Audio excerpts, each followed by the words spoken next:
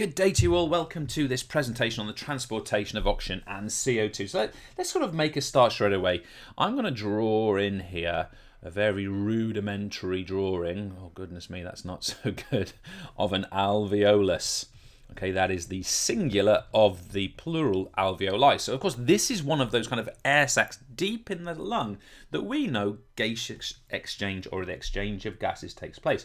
So very simply, let's just draw running along or by that alveolus. Let's just draw this little capillary, okay? So this is just a little capillary, and this capillary is simply passing by the alveolus, there to pick up oxygen and to deposit and drop off, amongst other things, carbon dioxide, also some water vapor, and a couple of other products as well.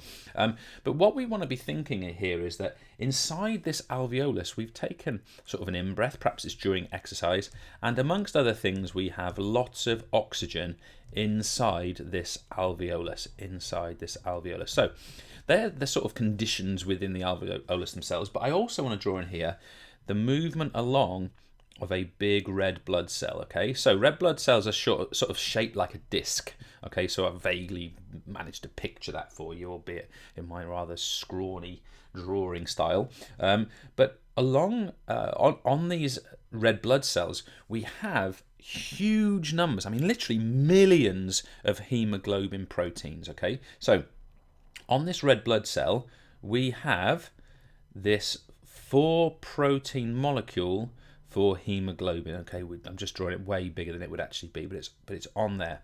And the way this actually works is, and we know that this is a very thin membrane and that it's very short distance and it's moist and warm, and that helps with exchange. But what we need to realise is that this hemoglobin, let me actually write that in for you. This hemoglobin, which by the way, it's quite nice to learn that we can call HB. This hemoglobin actually has what we refer to as a high affinity for oxygen. So let's write that in. So hemoglobin has a high affinity for oxygen. Okay, now what do we mean by that? An affinity is like a fondness or a togetherness for. If something has a high affinity, it means they sort of get on well, they like to be together. So in this case, what we find is that the oxygen will be drawn across the membrane, and ultimately it will go and sit on this hemoglobin iron protein here, and it will form something called oxyhemoglobin. Now the interesting thing is that once one oxygen goes, it makes it much more likely that other oxygens molecular oxygens will pass over, and then we'll end up with a situation where the hemoglobin protein is completely what we refer to as saturated with oxygen. So once one goes, the others tend to follow, and once there's one oxygen on a hemoglobin, there tends to become 4, and there are specifically 4 per hemoglobin, by the way.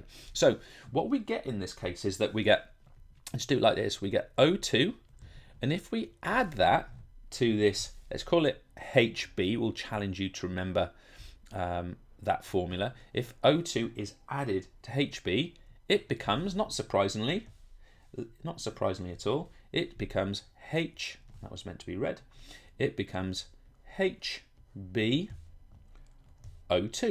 Okay, that sort of probably seems to make sense to you, but the other way we can refer to that is it becomes oxyhemoglobin. And then, of course, it's the job of the circulatory system to get this blood cell off to the working muscle or to wherever it's needed in the body as quickly and efficiently as possible, and therefore transport this oxygen to where it's going to be used for respiration or energy production. Okay, so that's what we need to understand as a start point. Okay, so we have this iron-rich protein. So this iron-rich protein is what we refer to as hemoglobin, and it's this hemoglobin which is ultimately going to transport this oxygen as oxyhemoglobin to places like the working muscle. Now, the only other point I'm going to make to you is that if we think about the same blood cell, it's obviously also got other hemoglobin, literally millions of these things. It's also got other hemoglobin molecules, and let's just say that these ones, as they arrive at the lung, these ones let's just make the yellow CO2, they're actually associated with carbon dioxide, and these carbon dioxide, before the oxygen jump onto the hemoglobin molecule, they will jump across and exchange at the lung, therefore making them available for oxygen to actually associate themselves with and then travel off back to where they're needed. So we also need to understand that CO2, at least some CO2, actually the majority doesn't do it this way, but at least some CO2 is associated with a hemoglobin also. And it's got a crazy name, which we don't need to know for this particular exam. I'm going to tell you it anyway. It's called carbamine hemoglobin. I'm not going to write it down for you. Carbamine it's actually hard to say. Carbamine hemoglobin. It's the same concept as HbO2, but HbCO2. Exactly the same principle, but it's transporting CO2 back to the lung to be breathed out. That's all from me. Thanks for listening.